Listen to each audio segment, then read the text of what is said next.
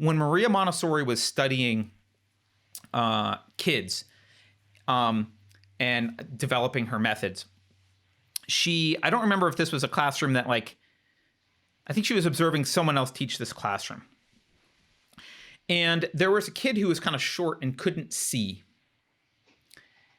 Something was happening in the front or whatever, and he couldn't see. And the kid was trying to figure out a way around this. Now, there was a chair that the kid, I guess, could have grabbed or whatever that was next to him he was going to grab and stand on. But the teacher saw that the kid couldn't see. So the teacher ran over and grabbed the chair and put him on the chair.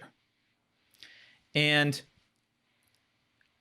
Maria Montessori admonished this teacher for this and said, the problem is you just denied that child the ability to solve his own problem, which means you denied him the satisfaction from learning that he can solve his own problems, right? Because you just took care of his problem for him. And that is bad. You need to let the kids take care of, you need to help them, sure, if they're, guide them, but it's better to let someone figure out how to solve their problem on their own. It gives them a better sense of self-efficacy and self-esteem at the end of the day if they've figured out how to solve their problem by themselves rather than you stepping in to solve it. So if you want a society full of vigilant citizens who are rugged individualists who vote the way that you want, i.e. vote for more liberty, well, that needs to be a group of people who take personal responsibility and stop asking other people to pay for their health care. Like those things don't coexist. You don't get to live in a society with freedom and free healthcare. You do not. They don't coexist.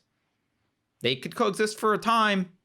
You can live on borrowed time for a little while, but they don't coexist long term. They don't.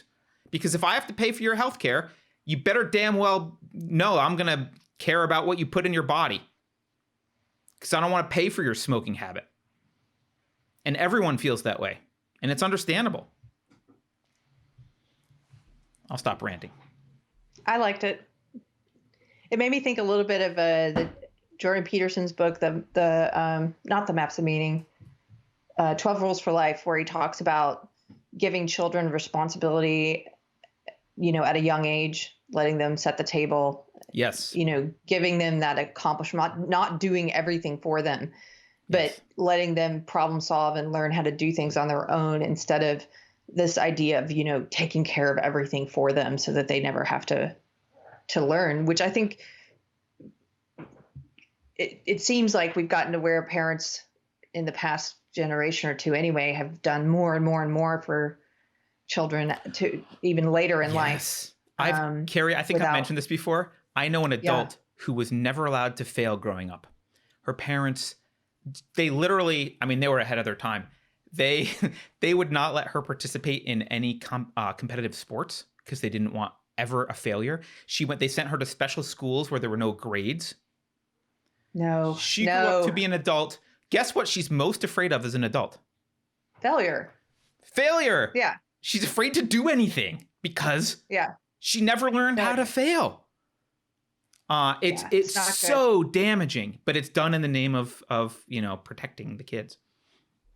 Plus, I think it was Peterson in that same chapter, maybe, and if not, it was somewhere else. I read it about how being put in old age, being put into a nursing home, usually coincides with once you're there, declining self-esteem and being able to do things on your own. And so there were these studies with nursing homes to see what would help people's mental outlook, their emotional outlook, and their, keep depression to a minimum. And I think it was Peterson talked about this, how they, if they gave them pets to take care of, gave responsibility to people that they were still in charge of and doing something and having, a sense of accomplishment in something, that it greatly improved the lifespan of people as well. Yep. Yeah, absolutely. In one of the, there's kind of that happiness of like fleeting pleasure kind of happiness, but I think one of the things that, I don't know if I would call it happiness or a level of contentment or whatever, but there's like a level of I'll say happiness or contentment that you get in life, knowing that you are competent to deal with the world and that you've accomplished something to get you where you are, and that it's your doing that has brought you to Yeah. some level of success, whatever that success is, whether it's financial or relationship wise or whatever it is.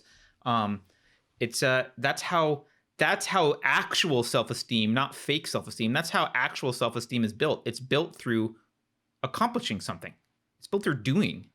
It's built through showing yourself psychologically that you are capable of dealing with the world. And someone else doing stuff for you teaches you the opposite. It teaches you that you're not capable of dealing with the world. And just to circle back to where we came from at the beginning, go look at, I've been watching the World Economic Forum's Twitter lately. They tweet a lot.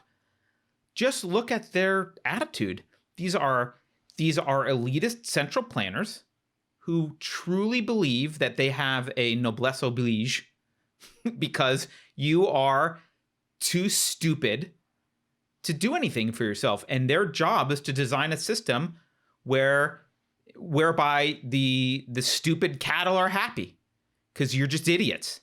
You're useless, pathetic idiots and you need them to design some system for you so that you'll be happy. That's what they think of themselves and of you.